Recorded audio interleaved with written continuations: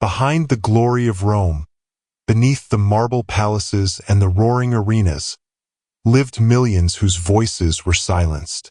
Among them were countless women, slaves who bore the heaviest chains. Their beauty, their bodies, and their lives were not their own. This is the hidden story of how female slaves were truly treated in the Roman Empire. A story far more horrifying than any battle Rome ever fought. Section 1. Slavery as the backbone of Rome. Slavery was the backbone of Rome. By some estimates, nearly 1/3 of Rome's population were slaves. And among them, women endured the harshest fate. They were taken as war captives, bought in marketplaces, or born into slavery, destined to serve until death. To the Romans, a female slave was not a person. She was property, a tool, an object of labor and exploitation. Section 2. Household labor and abuse.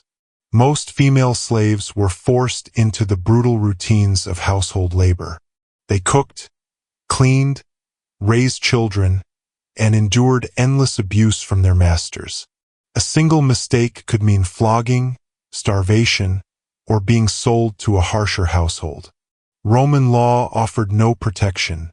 A master could do almost anything he wished to his slaves. And when it came to women, the cruelty was multiplied. Section 3. Exploitation of women. Female slaves often lived under constant fear of exploitation. Their beauty made them more vulnerable. Many were forced into roles as entertainers, dancers, or concubines. If their master demanded it, refusal was not an option.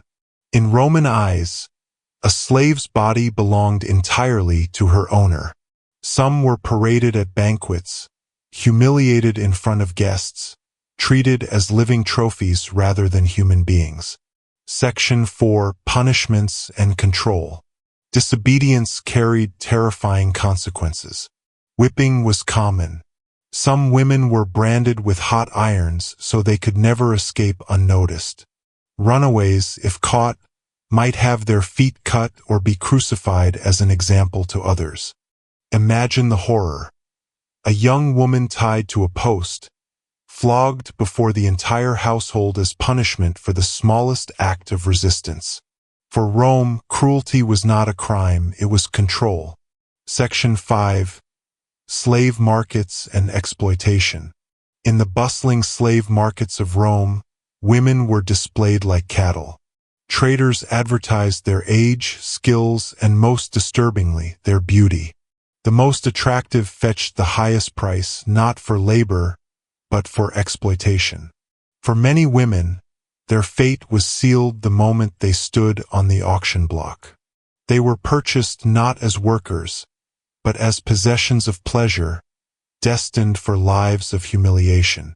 Section 6. Blood in the arena. Some female slaves faced an even bloodier fate, the arena. While rare, female gladiators, called gladiatrices, were forced to fight for the amusement of crowds. Sometimes, women were thrown to wild beasts in the same punishments reserved for Rome's enemies. For the spectators, it was entertainment.